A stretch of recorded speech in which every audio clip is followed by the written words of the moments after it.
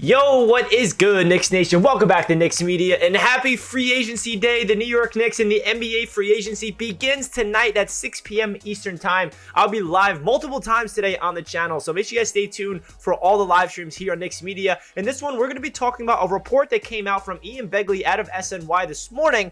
The New York Knicks potentially are aggressively pursuing free agent Isaiah Hartenstein with Andre Drummond also on the radar. So in this video, I want to give you guys my thoughts of the New York Knicks looking at the center market, because we know that Nerlens Noel is no longer with the New York Knicks, and it looks like that they're trying to acquire depth and they're trying to bring in a veteran big man with the hypothetical scenario that we re-sign Mitchell Robinson to have depth at that position. So I want to give you guys my thoughts of this article and of this report from Ian Begley. Before we hop into it, I just want to mention, if you guys can help me get to 9,000 subscribers, I would greatly appreciate that. So hit that subscribe button if you are indeed new to the channel. And if you guys are enjoying the video, don't forget to thumbs it up and comment down below your thoughts of this news of Ian Begley reporting about the New York Knicks being interested in the two big men. And of course, if you want to check me out over on Instagram and Twitter, that is at NYKnicks_media. With that being said, let's get right into the article. So you see the headliner is exactly what I said. Knicks expected to aggressively pursue free agent Isaiah Hartenstein with Andre Drummond also on radar, plus the latest on Jalen Brunson. So we get into the heart of the article. Now let's read it together.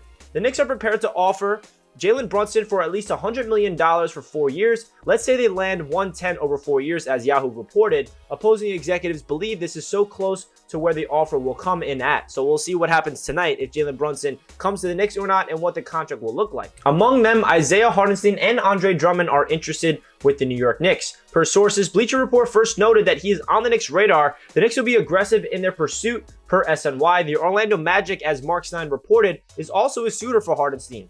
Teams with interest in Drummond say that the Knicks have a degree of interest in the center. The Knicks' cap space can increase to $14 million if they trade Cam Reddish without taking back any salary, or $26 million if they take Evan Fournier and trade him away without taking back any salary. In conversations with teams before and after last week's draft, both Reddish and Fournier's name had come up.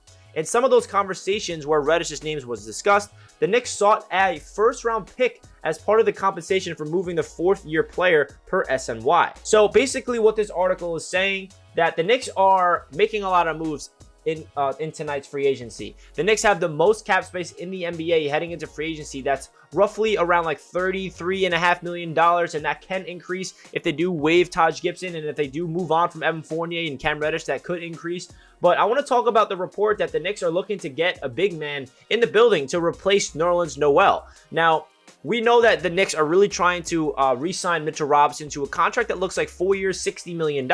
We also heard a report from Ian Begley earlier this week that the Knicks are going to exercise Jericho Sims' contract and try to make it a long-term guaranteed deal to make him get him off the two-way deal so he could be on the roster and be on that 15-man roster for the entire season this season.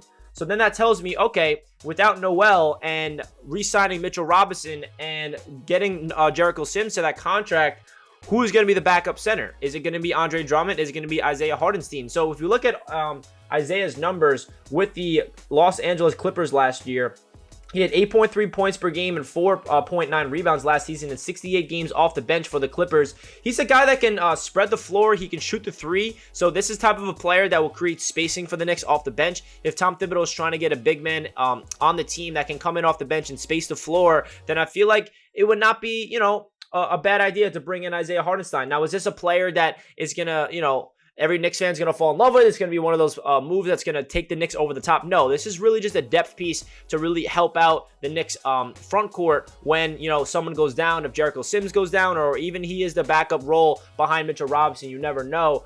So the Knicks are going to have to fill out this roster in free agency. Don't just think that Jalen Brunson is going to be the only move. They're going to be signing Brunson potentially on top of other players in the market. And then getting into Andre Drummond, it does seem like the Knicks are aggressive in their pursuit of Andre Drummond as well. It's either one or the other, in my opinion, getting that backup veteran role. I don't know. Andre Drummond's a really one-dimensional player. He's a ferocious rebounder. We know what he's done in his career, but we know that he's not what he used to be in the Detroit Pistons in the prime Andre Drummond years. He's a guy that, can crash the glass, can get you some offensive boards, and get you some second chance opportunities, but he's a liability at the free throw line, has no jump shot, has no really offensive game other than just a low post threat, which isn't a bad thing. But, if we do bring in Andre Drummond, I don't think it's a bad idea just because he's going to be the depth guy. He's basically replacing Nerlens Noel, but he's not really a defensive threat, which is kind of questioning question mark for me. He's not a liability on defense, but defense is not his strength. So, as of Nerlens Noel, for example, defense was his strength, which is why Tom Thibodeau loved him so much,